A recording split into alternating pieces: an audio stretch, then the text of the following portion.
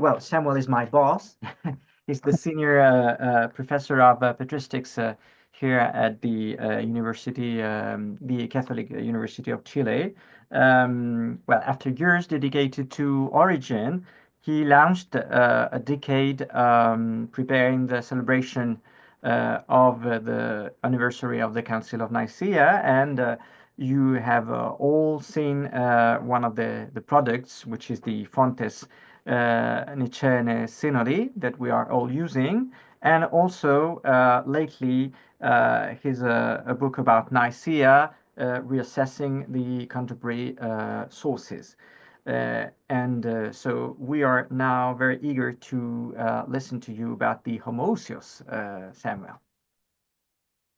Well, thank you very much, Xavier, and also Uta. There is some overlap between this presentation and what I presented in previous conferences, but at this moment it is difficult to avoid that. I will share the screen. Yeah. Do you see now the? Okay. And then, yeah. Well, the topic is the Nicene ฆ์ομοούσιος το πατρί and God's eternal fatherhood. My idea is to present a deductive, speculative interpretation of the ฆ์ομοούσιος. The present paper aims to study the original meaning of the expression the Son is ὁμοούσιος το πατρί. To understand the original meaning of this key term of Nicaea, it is necessary to take into account the theologies of the pre-cosmic origin of the Son, previous to Nicaea, and the meaning of the ὁμοούσιος before the Great Council. A methodological caveat must be stated. This is the outline of the paper. And then the precosmic origin of the Son, and then the meaning of the ὁμοούσιος, previous to Nicaea, and finally the interpretation. Now I wish to say something about the distinction between the original doctrines of the authors, that is, the teaching that the authors are eager to support and defend explicitly. Of particular importance are the doctrinal departing points of the various teachings. In a different level, the debated deductions of the original doctrines, that is, the doctrines that are not supported by the authors, but are a logical deduction of their original teachings.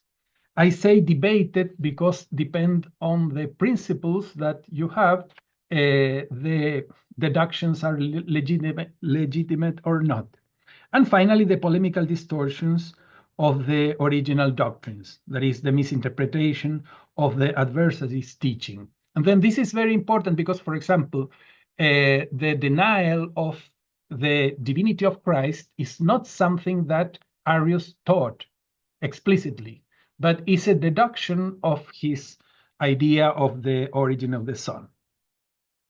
Regarding the pre-cosmic origin of the Son, the philosophical background of this topic is given by the Middle Platonists' discussion on the Timaeus, whether its account of creation is literal or not, given that, according to its narrative, the narrative of the dialogue, many things happened before creation of time.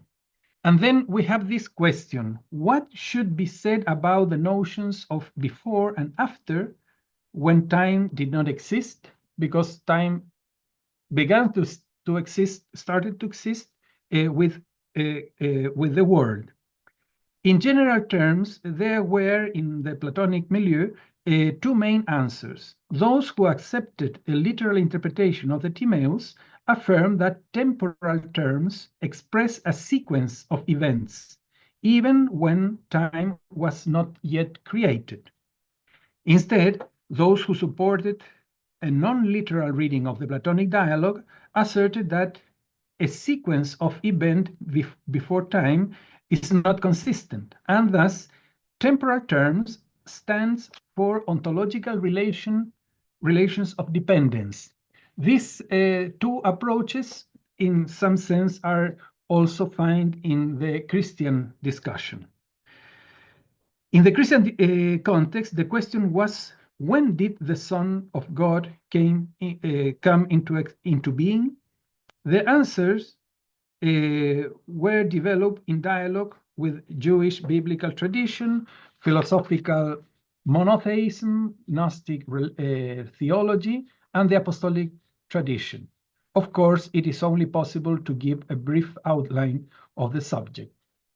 And then first, I will mention some elements of Hippolytus. Following the steps of Justin, Athenagoras, and Theophilus, Hippolytus develops the two-stage logos theology.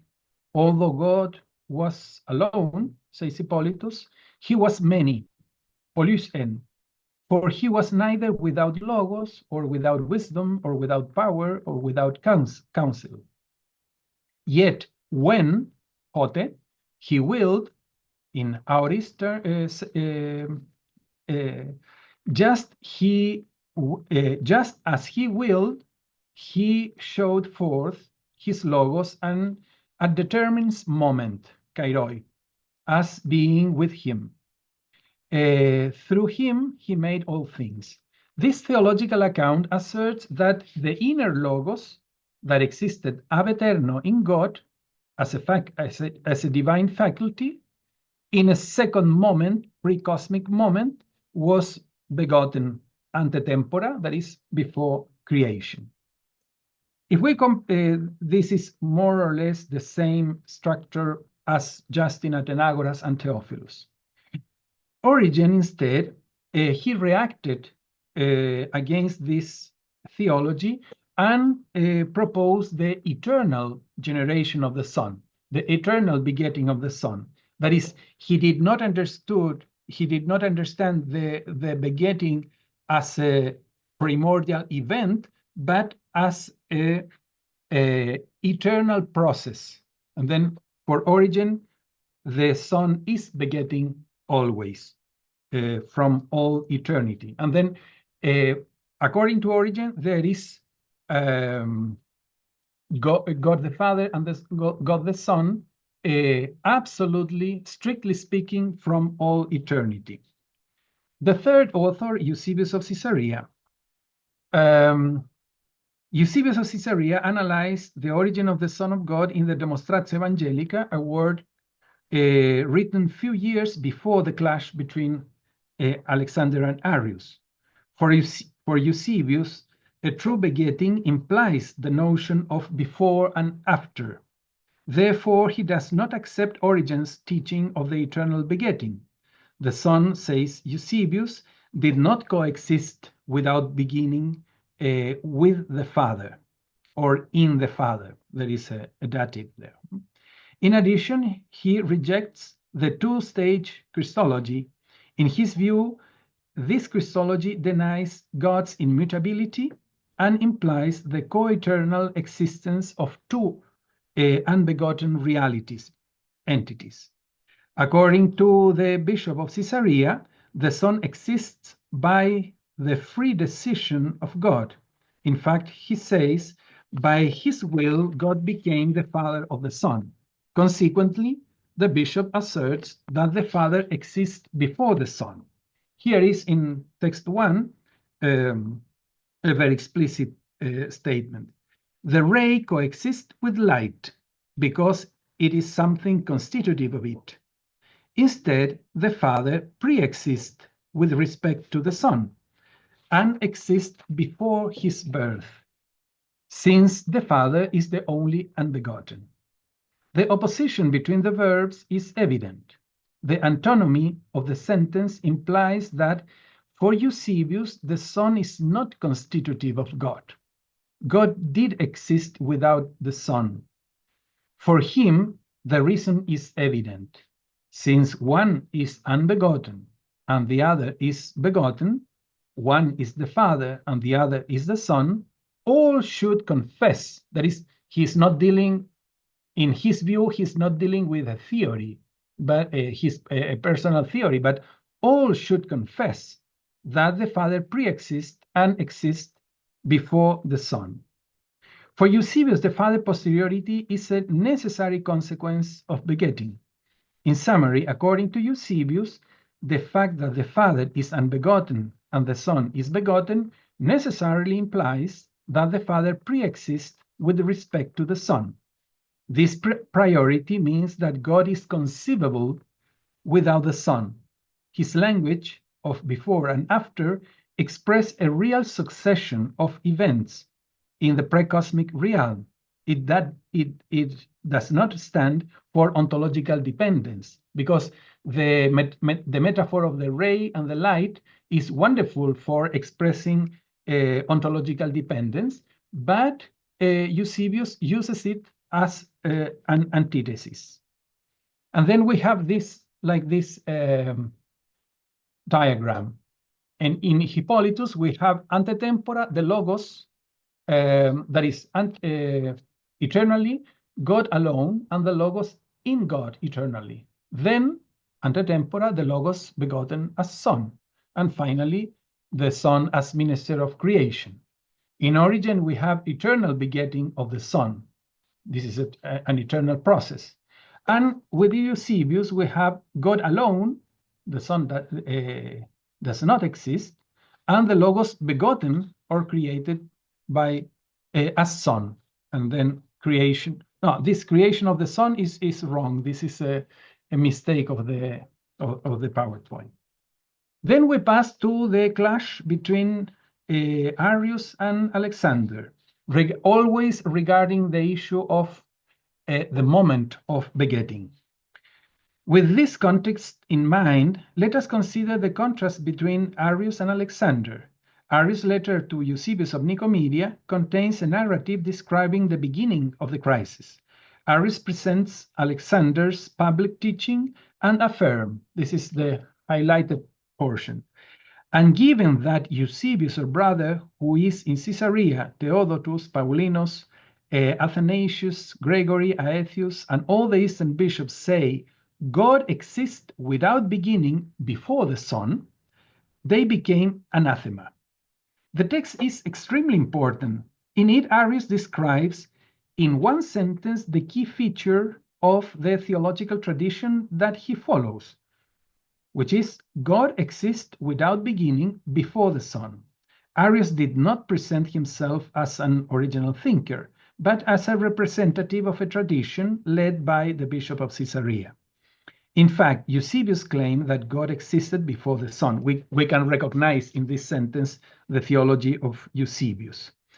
Instead, the summary that Arius provides of Alexander's theology is almost completely devoted to the strict coeternality of the Son and the Father. The bishop has always God, always Son, simultaneously Father, simultaneously Son.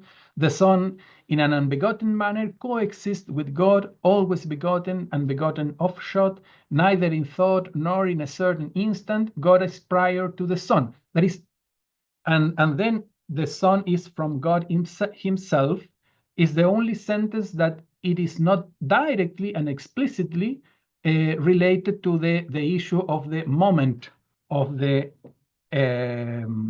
begetting of the Son. Finally, Arius reacted with this text, with only the exception of Philogonius, Elanicus, and Macarius, heretical and ignorant men, for some call the Son eructation, while others emission, and others co-unbegotten. My idea is that this is a reaction against two-stage Logos Christology. That is emission, something which is inside and went outside, eructation the same, and co-unbegotten is the fact that before the internal Logos, the endiathetos Logos was begotten, the endiathetos Logos was unbegotten, so to say, and then to unbegotten being. This picture is consistent with other contemporary sources. In fact, Arius states, before the Son was begotten, created, constituted, or established, he was not. he was not because he was not unbegotten. Arius, just as Eusebius, for Arius, the fact that the Son is not unbegotten but originated from the will of the Father implies an atemporal priority of the Father. Arius explicitly states that before the Son was begotten, he did not exist.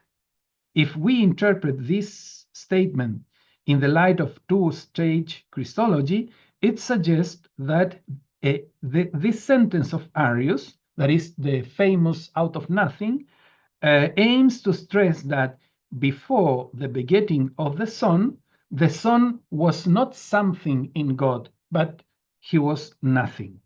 The Son's begetting does not indicate the passing from one state to another, that is, from the internal to an external state, but rather the passing from non-existence to existence. The atemporal priority of the Father and the out of nothing are bounded with each other. As the Father is prior to the Son, before his begetting, the Son was nothing. Alexander, in turn, maintains Origen's doctrine of the eternal begetting. The bishop rejects not only any temporal posteriority of the Son, but any kind of posteriority. And he uses the same metaphor used by, well, it was a traditional metaphor, but in the opposite sense than Eusebius of Caesarea. For to say that the radiance of God's glory did not exist destroys that at the same time also the archetypal light whose radiance he is. Besides, Alexander was aware of the link between the Arian out of nothing and the atemporal priority of the Father. So, since the premise out of nothing is shown to be most impious, it is necessary that the Father is always Father. You see that both ideas are connected. But he is Father of the always present Son, because of whom he is called Father. The out of nothing and the atemporal priority of the Father are bounded together. In summary, the crucial point of disagreement was whether the begetting of the Son implied a sort of posteriority or not. Now we have another that is, we continue with the same diagram, but we can add Marcellus, God alone, and his logos in God eternally as a faculty, then God alone and his logos with God as an activity, but always logos without capital letter, and finally the begetting of the Son in Bethlehem. Alexander, that is Origen and Alexander, are in the same line. Eusebius and Arius are in the same line. And finally, I put George of Laodicea, who says that at the beginning was God alone, ante tempora God alone, and only within creation, the Logos started to exist. And then we pass to the second part of the paper, namely the meaning of the term Ὁμοούσιος. I will speak something about the Synod of Antioch, then Arius, the Synod of Antioch that condemned Paul of Samosata, then Arius, and then the Synod of Antioch of 325, and finally in the Assembly of Nicaea. Here I have one text that I'm not going to read, but the question is, did the Synod of Antioch effectively condemn the Ὁμοούσιος? Because this is a problematic issue. In this text, we can see that the point of Basil of Ancyra against, he was writing in the second part of the 4th century, but relying on the letter of Antioch, he says that what the bishops of Antioch wanted was to stress the fact that the Logos was a subsistent being and not a voice or a sound like Paul of Samosata. And then my interpretation of this text is that they read in the letter the fact that the bishops asked Paul of Samosata to stress that the Logos has his own ousia, and he denied that. And then he was condemned because he rejected the idea that the Son has his own ousia. And then in the second, that is in the middle of the 4th century, they make like a deduction. If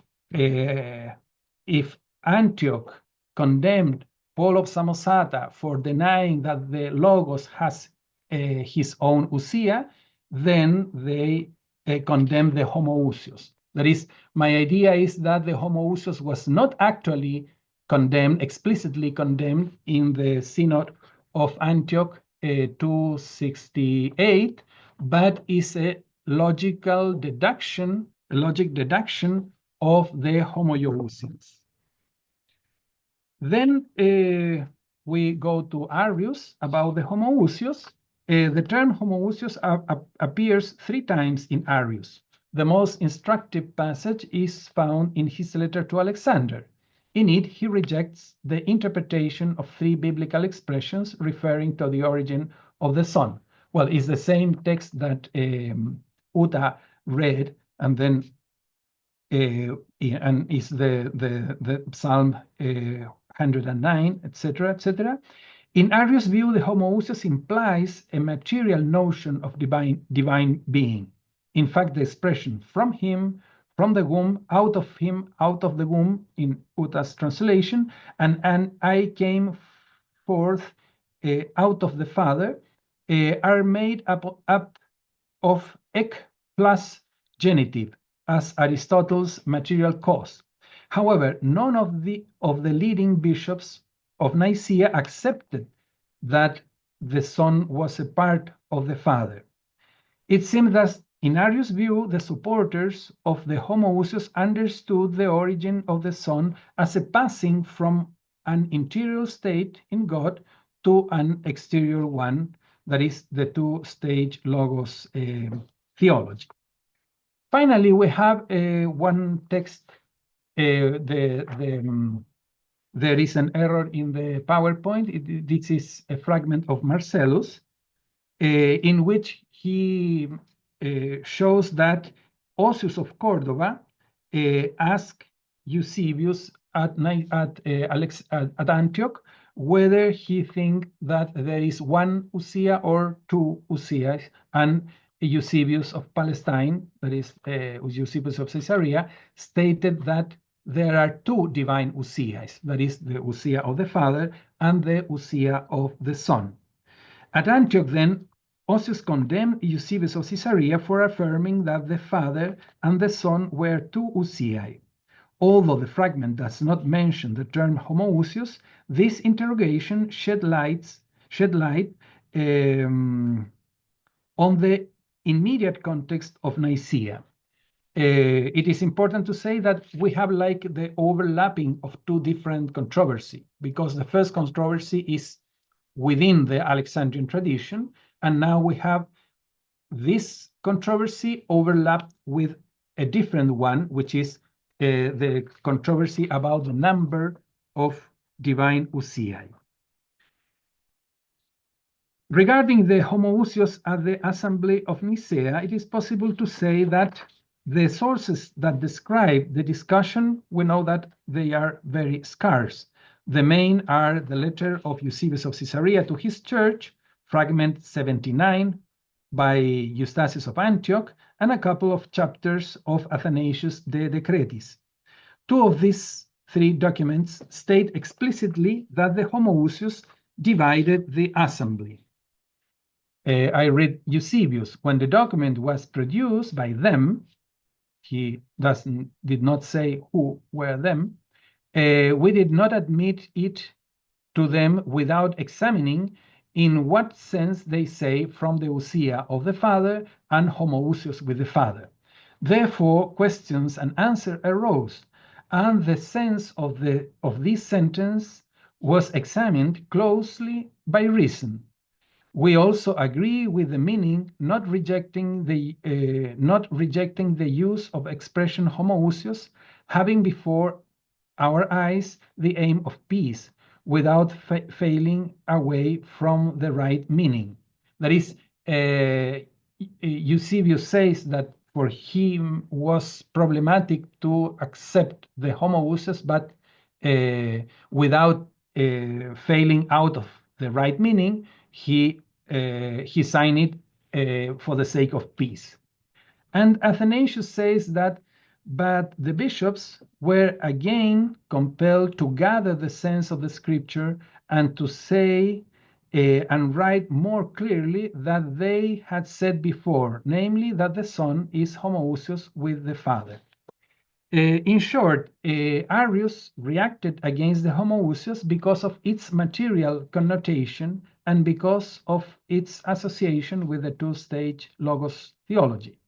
No source associate the homoousios with Sabellianism before Nicaea. We know that after Nicaea we will have this discussion, but not before Nicaea. And during during Nicaea, the homoousios divided the assembly. Only after Nicaea, some bishop claimed that the homoousios implied Sabellianism. And then now we go to the conclusion, that is the homoousios to patri and God's eternal fatherhood. This is a speculative answer to try to interpret the homoousios to patri.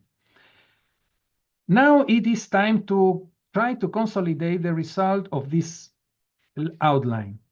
On the one hand, this reconstruction has shown that the crucial point of disagreement that provoked the crisis, that is the theological dividing line, was the opposition between the pre-cosmic priority of the Father over the Son, openly defended by Eusebius, and the strict coeternity of the Father and the Son, supported by Alexander. Yeah? And then the line that divides one line that divides the assembly was this: pre-cosmic priority or strict coeternity of the Father and the Son. These are not deductions. That is, I could say that the only point of disagreement that they agree that they were in disagreement, sorry for the sentence, was this. Because if Alexander says you are denying the divinity of the Son, Eusebius or Arius or whoever would say, no, I did not deny the divinity of the Son. If Arius or Eusebius say, but you are saying that there are two unbegotten beings, Alexander would say no. But if Alexander say, you are saying that the Son is posterior to the Father, Eusebius said yes. And this is what he said in his letter to Alexander. And then the origin of the disagreement is a pre-cosmic priority of the Son or strict coeternity of the Son. And then we have, this is one theological dividing line. Obviously, when that is the same, for example, the anathema, not by chance, the compact anathema condemns first and twice the assert the posteriority of the Son. Those who says that there was once when he was not, or before he was begotten, he was not, etc., the Catholic and Apostolic Church anathemizes. On the other hand, the analysis of the sources showed that the expression homoousios was the dividing line between the bishops at the Assembly of Nicaea. And then the speculative question, is it possible to connect these two results? With a rather deductive approach, I think it is possible to answer in the affirmative. The cause of the division of the assembly was not the divinity of the Son, the Sabellian theology, or the material character of the divine ousia. What divided the bishops was the strict eternity of the Son, the Logos Son, and the Ὁμοούσιος. Besides, although Alexander belonged to a different theological tradition than Osius and Eustathius, all of them supported both the strict eternity of the Logos and the Ὁμοούσιος. In addition, although Alexander and Eusebius belonged to the same Alexandrian tradition that emphasized the subsistence of the Logos, they disagree regarding both the strict eternity of the Logos and the Ὁμοούσιος. Therefore, the strict coeternity of the Logos and the Ὁμοούσιος gave cohesion to the group of Osius, Eustathius, and Alexander. Their alliance had an actual theological ground. That is the only thing that ordered the assembly in this way. Therefore, it seems plausible to understand the meaning of the Ὁμοούσιος in light of the debate about the strict eternity of the Son. This rationale, therefore, indicates that the Ὁμοούσιος should imply the strict co-eternity of the Son and the Father. Eusebius denied the strict eternity of the Son, claiming that the Son is not connatural with and constituent of the Father. Instead, to affirm that the Son is Ὁμοούσιος to the Father would mean that he is connatural with and constituent of the Father. According to Eusebius, the existence of the Son depends on God's free decision to create the world. The Ὁμοούσιος instead means that God is not conceivable without his Son. The existence of the Son is not a consequence of economy. The Son does not depend on God's will, but on God's being. God did not become Trinitarian because of the plan of creation. God is eternally Trinitarian. Besides, the Ὁμοούσιος should not be studied in isolation from its grammatical context. In other words, research should focus on the phrase rather than the term alone. In fact, the phrase is the Son is Ὁμοούσιος to πατρί. The phrase the Son is Ὁμοούσιος to πατρί is constructed with a dative, which implies a relationship between two distinct entities. The very structure of the expression the Son is Ὁμοούσιος to πατρί conveys and transmits the relational character of the Father and the Son, their mutual dependence. The Ὁμοούσιος to πατρί affirms the eternal correlativity of the Father and the Son, and therefore fatherhood and sonship. The Nicene expression stressed that the Father and the Son, taking the words of Alexander, are two mutually inseparable entities. Therefore, the Ὁμοούσιος indicates that God can only be conceived as Father. The development of these ideas was not the task of Nicaea itself. It was articulated by later theologians, particularly the Cappadocians. Thank you very much. Thank you very much, Samuel. And I suppose there will be questions.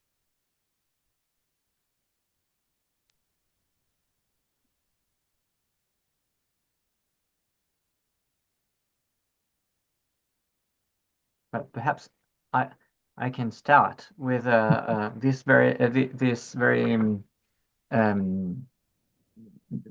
question I have is, so why did Eusebius sign the creed if Ὁμοούσιος was against him, against the idea of the pre-existence of the Father?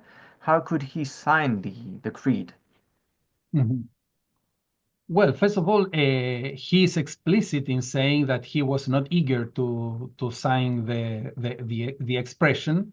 He proposed a formula without this expression, and he was pushed to sign by Constantine.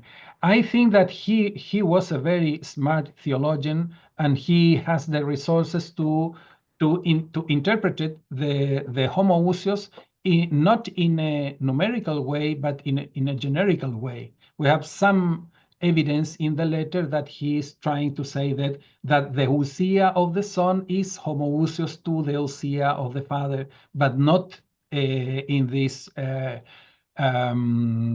strong numerical way. And then I think that, and after that, there is another piece of evidence which is interesting in Socrates. We have this, he has this testimony of some letters, and he says that Eustathius, that is attacked Eusebius of Caesarea for distorting the faith of Nicaea, not denying the faith of Nicaea. And then it is likely that Eusebius did not refuse the Ὁμοούσιος afterwards, but explained the Ὁμοούσιος in a way that Eustathius thought that he was distorting the original meaning of the text. Thank you, Samuel. Mark? So, thanks, Samuel, for another great paper. I want to ask about a similar question to Javier. So in his, I'm going to put a text in the chat. So if I can figure out how to do that, yes, I can. Because this is the question that I have. Right. I am pasting it now. Okay. So this is a passage from Eusebius' letter to his church after he signed the creed. And it's pretty clear that someone like Arius would say that God is not eternally Father. But here in this passage, like Eusebius is he's affirming that God's eternally Father, but he's also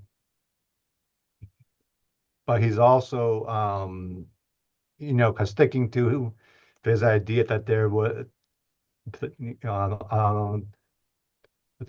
this idea that there's a priority of the Father, and he uses the language that God is always Father even before the Son was born in actuality.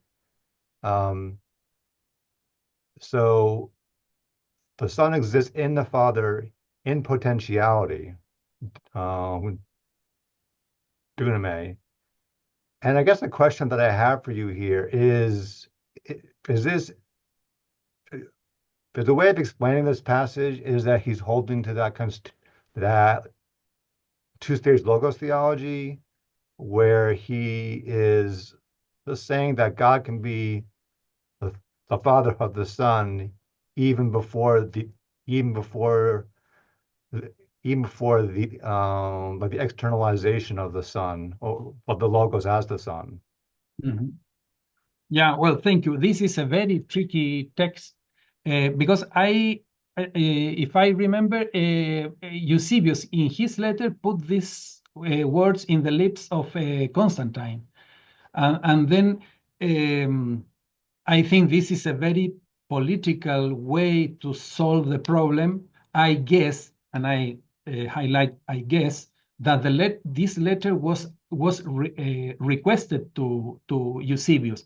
That is, it was not Eusebius that spontaneously wrote the letter to his congregation, but he was requested. He was absolved from the charge of heresy that he received in a few months earlier, and then he has to write like a statement. And then he put this, that is, this is the theology that he does not accept, and he put these sentences in the lips of Constantine, because it's very problematic. That is the idea that God is Father, but is not actual Father from eternity, but he becomes real Father after the begetting of the Son. This is more or less the same ideas that are in the letter that Uta quoted, that is the letter of Constantine to the Church of Nicomedia. Uta, you have the floor. Yeah, thank you, Samuel.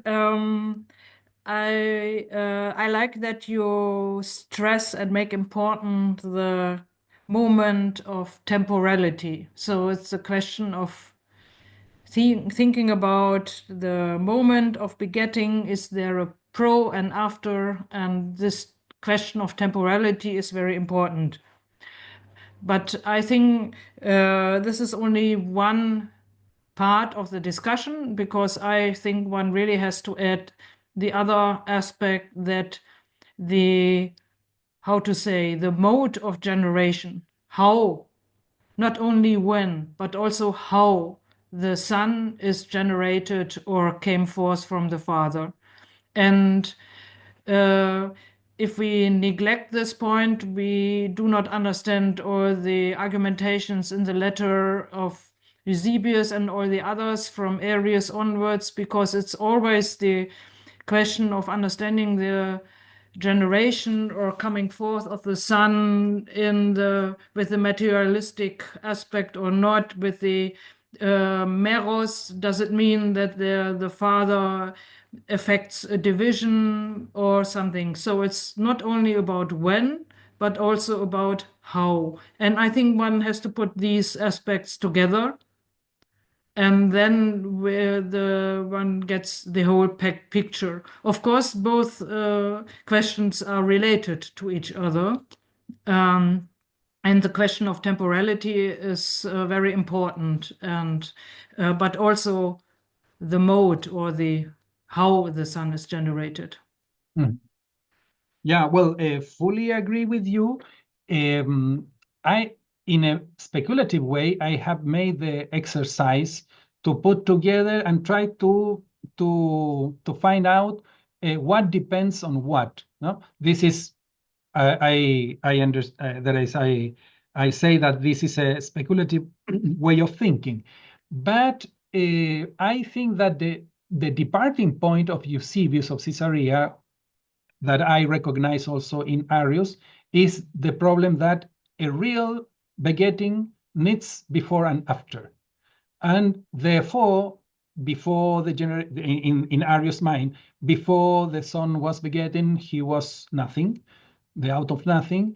And this is because, and cannot be ectesousias, because ectesousias has this idea that what you showed us in the screen, that is before one unity that is divided or something like that, and as God is simple and so on. And then obviously there are different factors here, but in my reconstruction I try to put together and try to find out that is the departing point.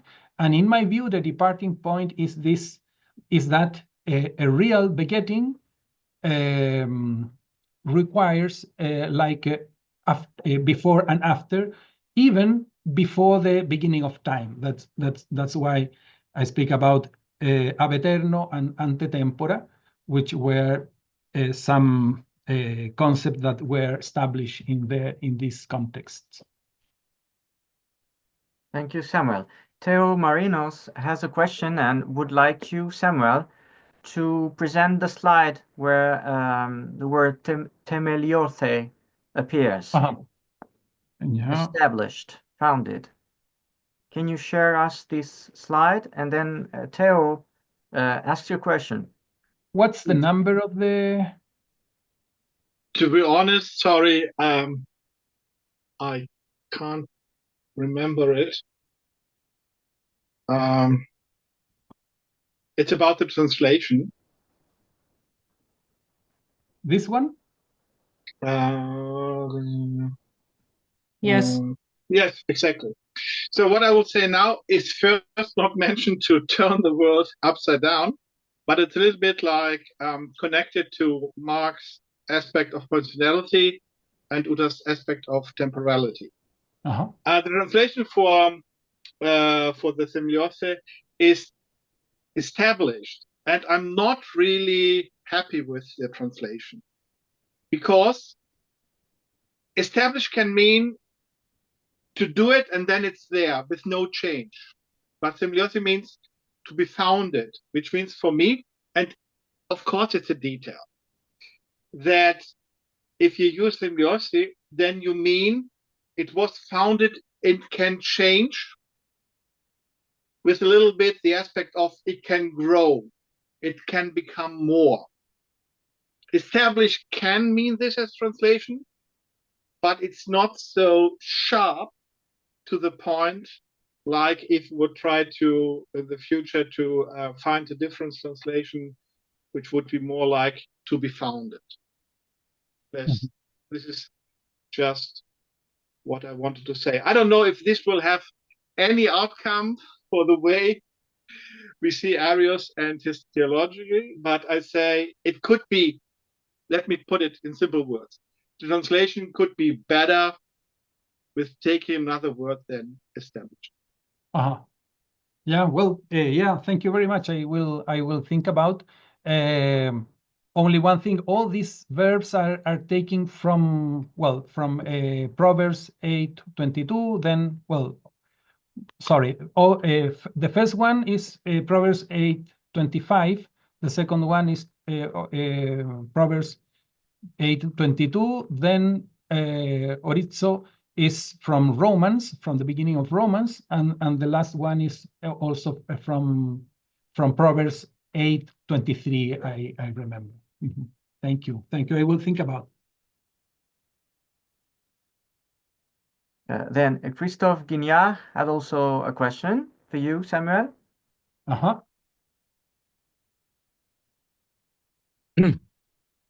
Thank you. My question is not on a central point of your presentation, but on the interpretation of the Logos theology.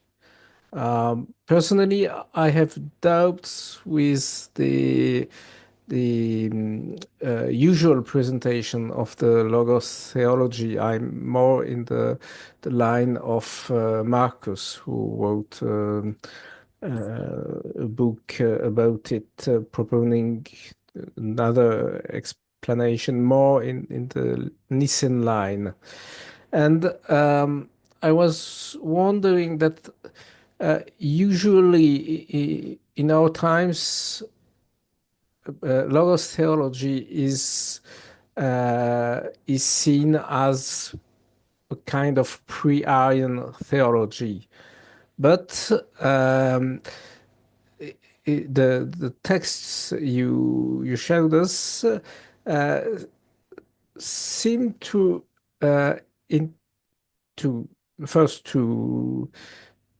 be against this kind of theology, but with the example of the light, the way, and the light, it seems to imply that the Logos theologians who use this image of the light and the ray are too Nicene, so to say, for the Eusebians. So, what do you how do you explain the way in which they relate or oppose the Nicene theology, the Logos theology? Yeah. Well, first of all, I think that the label Logos theology is misleading, in the sense that encompasses too many different theologies. No? Actually, Marcellus in contra, that is Eusebius in contra Marcellum, he says that Sabellius has a logos endiathetos and logos prophorikos.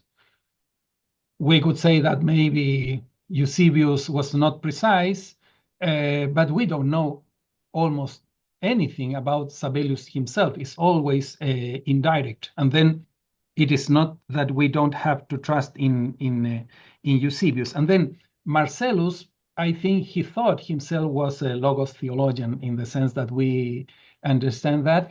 And then I think that there are two branches of logos theology, one of the Origen's branch with the eternal begetting of the Son, and the other one that is Theophilus, Hippolytus. And I think that it is possible to trace a line between Theophilus, Hippolytus, and Marcellus, because Marcellus is a very extreme way of two-stage Christology, because the Logos first is in God, then still is a faculty before God, but if a faculty, and only in the incarnation he became man. Hippolytus says that he became son. Also, Hippolytus says that only in the incarnation he became perfect son. That is, there is a link like this. And then I think that it's a very important task to rethink these categories, and especially Logos theology, because it's, I think it's a bit misleading. Thank you. Then we have Glenn's question. Yes, Samuel. Thanks again for a sorry. May I show something?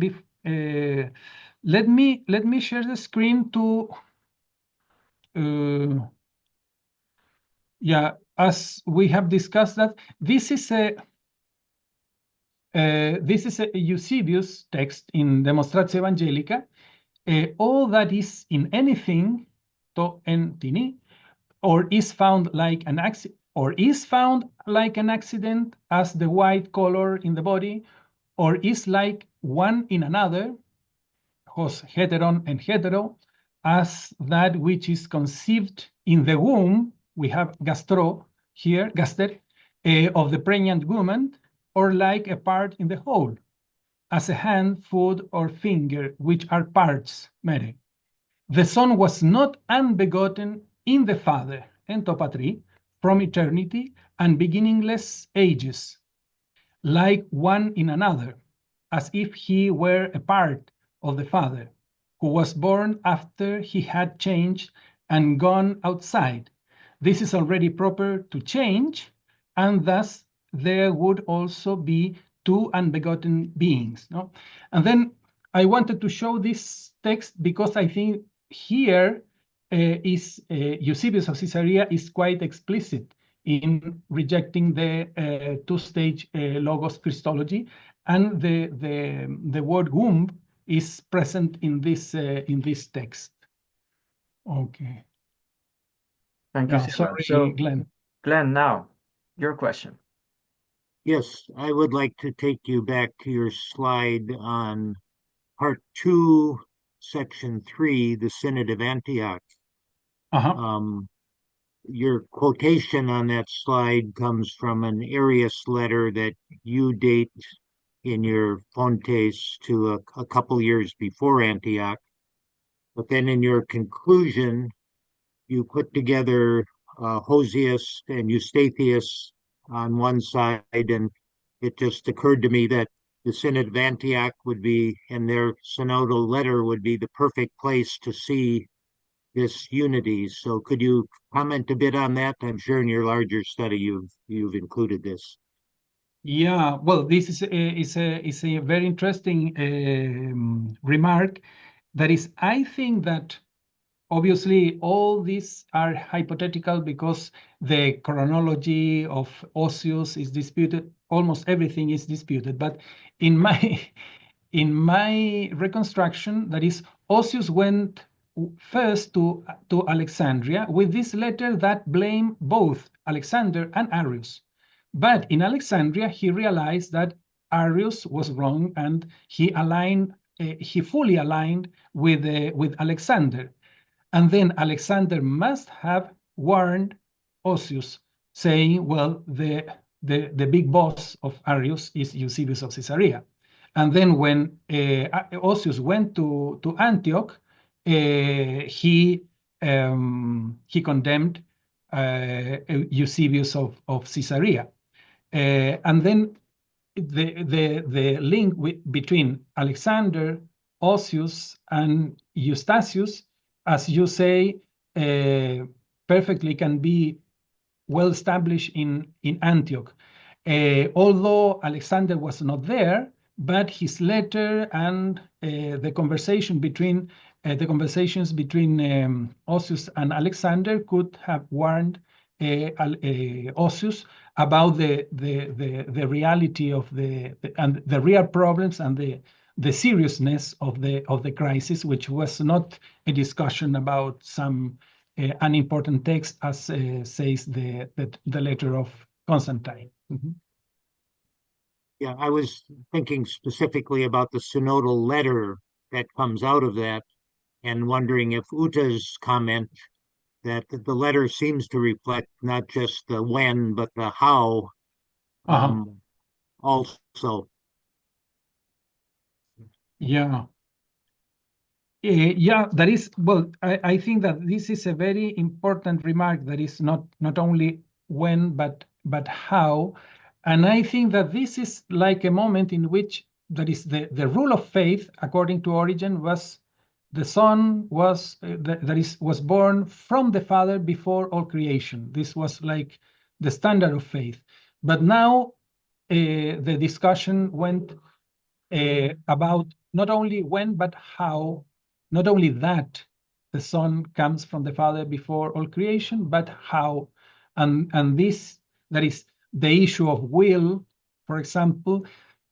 The issue of will is one factor. Well, the Son comes from the will of the Father, or from the Father, or Alexander, or from the ousia of the Father. That is, this is something that is also another factor that is also at stake.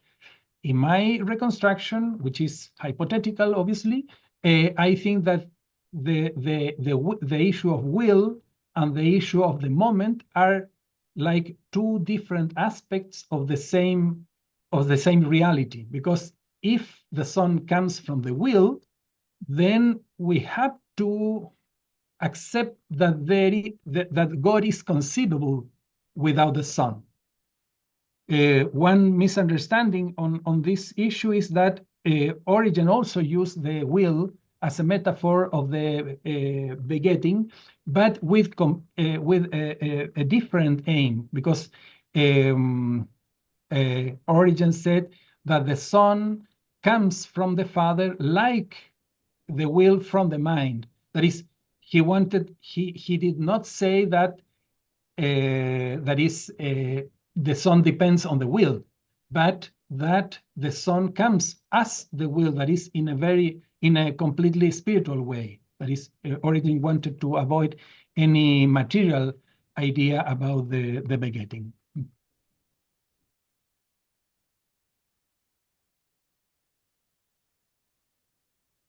Very well. So thank you very much for yes, Jutta, the dialogue we were expecting. Yeah, well, I started already with my remark that it's not only about when, but also about how. And this is, I think it's a little bit like debate is the chicken or the egg first. And it's so closely related.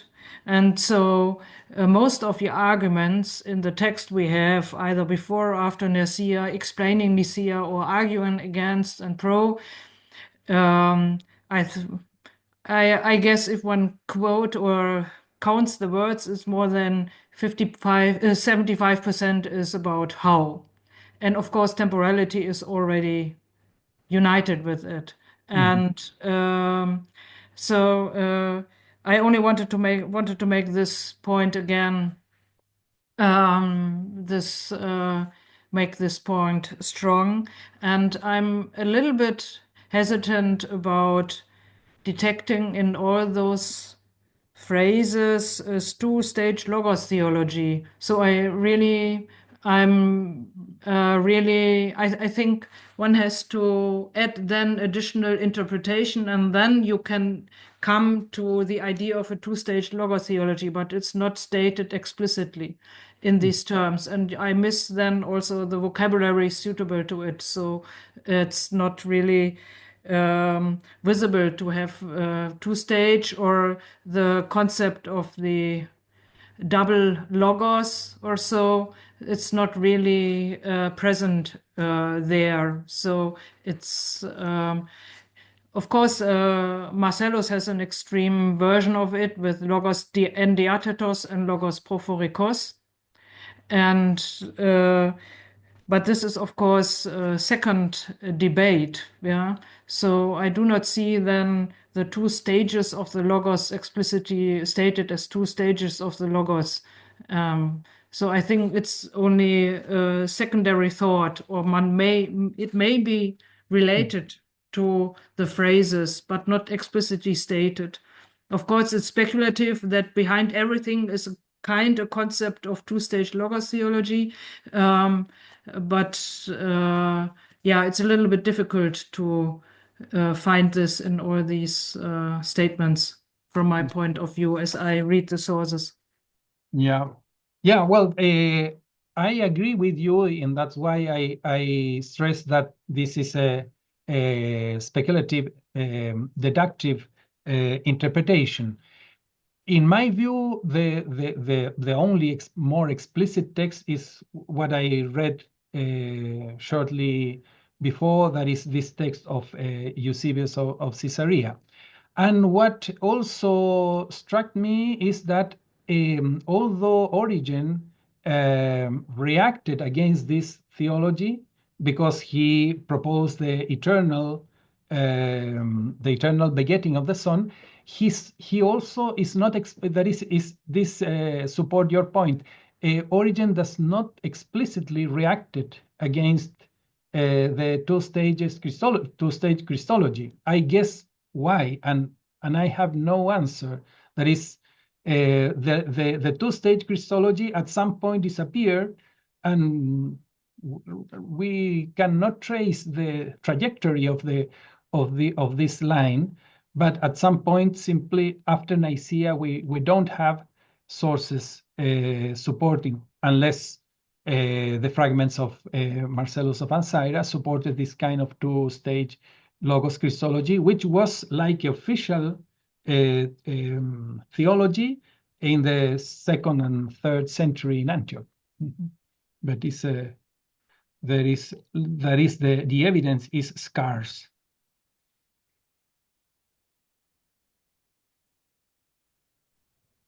Samuel, perhaps I have a last question, and it's about the link between the Synod of Antioch and that of Nicaea. Can we see Nicaea as a deepening of the declaration of Antioch? I mean, in Antioch, we do not have the ousia terminology. We don't have Ὁμοούσιος, but in Nicaea we have ousia terminology. We have ectes ousias, and we have Ὁμοούσιος. So why don't we have it in Antioch, and why do we have it in Nicaea? Do you have an idea about that? Well, I simply would repeat what says Athanasius in the Decretis that Xavier is working on the Decretis for Sus Chrétiens, and then knows very well the text.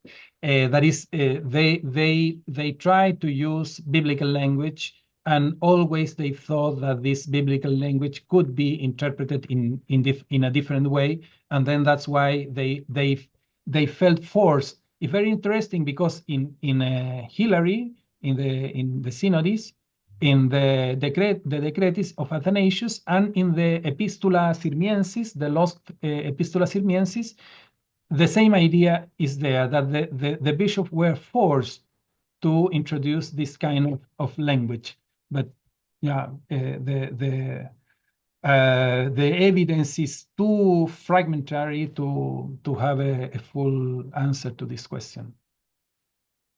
Yeah, and I would like to add to this that we have a different enemy in Nicaea.